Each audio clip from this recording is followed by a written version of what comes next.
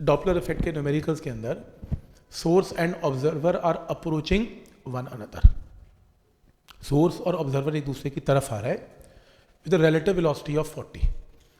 तो मतलब अब रिलेटिव वेलोसिटी दोनों चल रहे हैं और दोनों की रिलेटिव वेलोसिटी 40 है, तो ट्रू सोर्स की फ्रीक्वेंसी मैं कैसे लिखता हूं, न्यू नॉट, एक्चुअल फ्रीक्वेंसी है 1200, फाइंड ऑब्जर्व्ड फ्रीक्वेंसी कब, all velocity is in source alone, तो सारी वेलोसिटी किसके पास है, सिर्फ सोर्स के पास है, और ऑब्जर्वर किस पे माना जाएगा, एट रेस्ट। तो इसके अंदर क्या होगा, न्यू नॉट पता है, इसके अंदर वेलोसिटी साउंड की 340 में 332 से नहीं चाहिए अगर ना गिवन हो, पर चलो अगर गिवन होनी चाहिए इसमें 340। तो रिलेटिव वेलोसिटी पता है, अब क्योंकि सिर्फ सोर्स मूव कर रहा है तो वेलोसिटी कितनी है 40 और ऑब्जर्वर मूव नहीं कर रहा, तो आपके पास फॉर्मूला क्या लगेगा, अगर सोर्स मूव करता है और ऑब्जर्वर मूव नहीं करता, सोर्स ऑब्जर्वर की तरफ आता है, तो ये फॉर्मूला है। तो इसमें v upon V minus V S वाला फॉर्मूला, तो सोर्स की स्पीड पता है, साउंड की स्पीड पता है और एक्चुअल फ्रीक्वेंसी भी पता है, तो यहां से वैल्यू पुट करके एक आंसर आएगा। और ऐसे ही अगर सारी वेलोसिटी किसमें पड़ी हुई है, इन ऑब्जर्वर अलोन, तो कौन मूव कर रहा है, सिर्फ और सिर्फ ऑब्जर्वर मूव कर रहा है, बस सोर्स मूव नहीं कर रहा।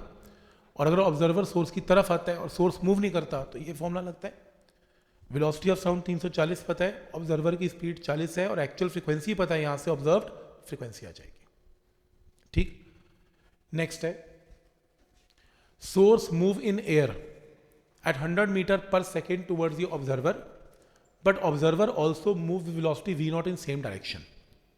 तो कह रहा है कि सोर्स एयर में मूव कर रहा है विद वेलोसिटी ऑफ 100 ऑब्जर्वर की तरफ, और ऑब्जर्वर साथ मूव कर रहा है velocity v not in same direction. अब ऑब्जर्वर और सोर्स कैसे मूव कर रहे हैं, इन सेम डायरेक्शन। मैंने फॉर्मूला क्या लिखवाया था, जब ये दोनों ऑपोजिट मूव करते हैं, जब ये ऑपोजिट मूव करते हैं तो याद करो मैंने यहाँ पर प्लस लिखवाया था, पर यहाँ पर they are moving in same direction, तो ऑब्जर्वर की स्पीड को मैंने क्या कर दिया, माइनस। तो ये सारी वैल्यूज पता है और ये आंसर आ गया। तो मतलब कहने का मतलब वो केस आइडेंटिफाई करना है, जिसने भी डायरेक्शन को चेंज किया आपने उस केस में क्या कर लेना है, उसके साइन को उल्टा कर देना है। जैसे railway engine and a car are moving on parallel track in opposite direction, तो कार और रेलवे इंजन ऑपोजिट मूव कर रहे हैं विद स्पीड ऑफ 144 एंड 72, तो ये आपको गिवन है। Engine is continuously sounding a whistle of frequency 500 hertz, actual frequency 500 है। वेलोसिटी ऑफ साउंड एयर में पता है, कैलकुलेट वेलोसिटी ऑफ साउंड किसके अंदर, कार, कार को क्या सुनाई देगी when car and engine are approaching to each other, ये क्वेश्चन है। तो पहला केस क्या है, आपको सोर्स की वेलोसिटी 144 किलोमीटर पर आवर पता है, इसको मीटर पर सेकंड में कन्वर्ट करेंगे।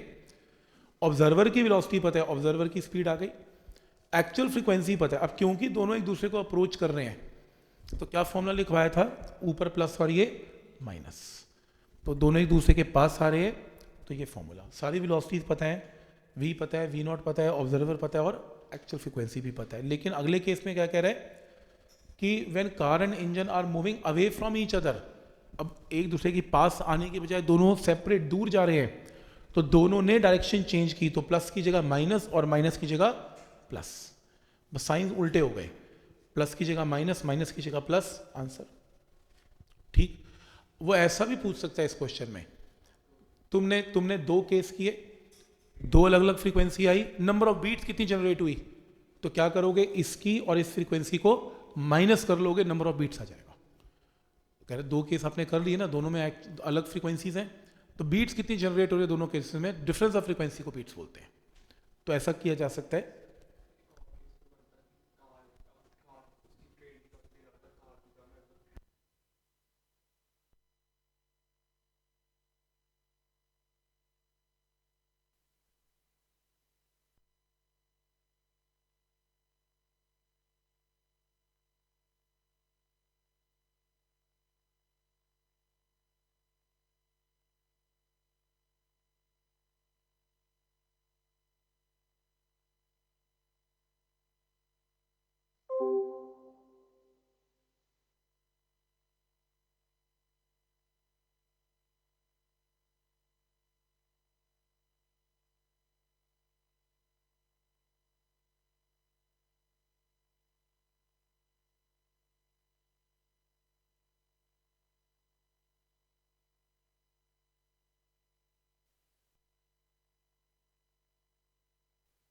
इंजन के जो सायरन्स हैं वो 600 हर्ट्ज ईच है.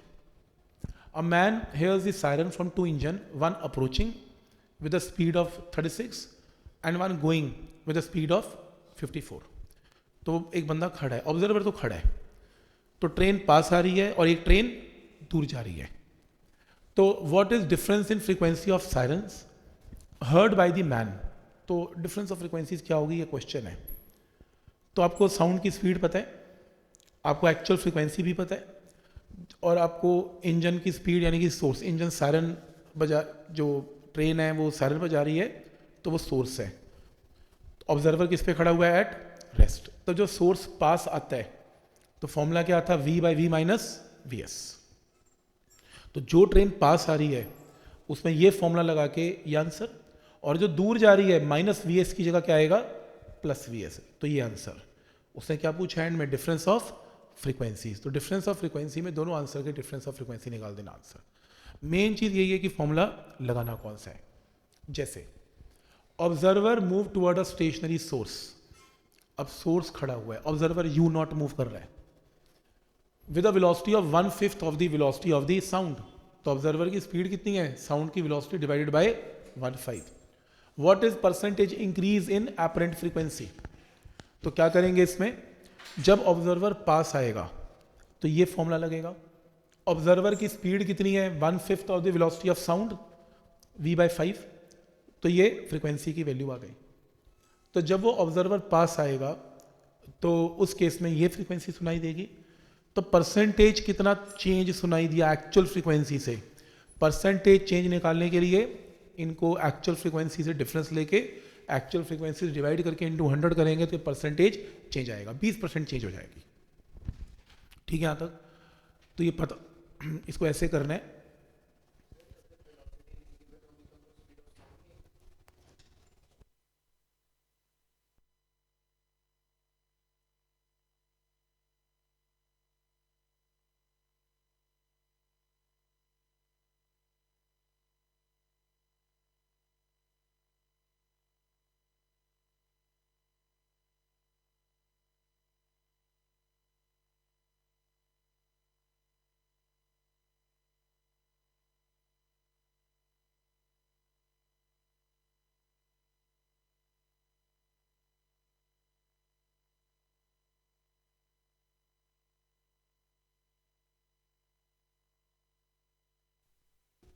Observer standing on a railway crossing receive frequency of 2.2 kilohertz and 1.8 kilohertz.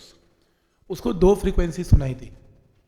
कब, जब ट्रेन अप्रोच कर रही है और रिसीड कर रही है. ट्रेन पास आ रही है तो फ्रीक्वेंसी ज़्यादा वाली है, दूर जाएगी तो कम वाली सुनाई दी. वेलोसिटी ऑफ द ट्रेन बताओ क्या होगी. तो ट्रेन तो सोर्स है, पहले केस में सोर्स पास आ रहा है, ट्रेन पास आ रही है तो फ्रीक्वेंसी बड़ी वाली सुनाई देगी. साउंड की स्पीड 300 इसमें गिवन होगी, 300 लेनी है तो 300 ले लेनी है. तो यहाँ से इक्वेशन नंबर 1 आएगी. यही ट्रेन या सोर्स जब दूर जाएगी तो माइनस की जगह साइन क्या हो जाएगा, प्लस. फ्रीक्वेंसी कितनी सुनाई देगी, 1.8 गिवन है, साउंड की स्पीड गिवन है. दो इक्वेशंस हैं, दोनों को डिवाइड कर लो. डिवाइड करके सोर्स की स्पीड आएगी, और सोर्स कौन है इसमें, ट्रेन. तो ट्रेन की स्पीड आ गई. तो समझ में आ रहा है डॉपलर इफेक्ट आपको स्पीड कैसे कैलकुलेट करके देता है. और वैसे आपको एक और भी चीज़ बता दूं, जो चलान कटते हैं आपके हाईवे के ऊपर ओवर स्पीडिंग के, वो डॉपलर के ऊपर बेस्ड है. ये देखो उसने ट्रेन की स्पीड निकाल दी, वो तुम्हें गाड़ियों की स्पीड निकाल देती है. गाड़ी की स्पीड ऐसी निकलती है, तो वेव्स जाती हैं और आती हैं, वहाँ से पता लग जाता है साउंड की फ्रिक्वेंसी कितनी है. ठीक. तो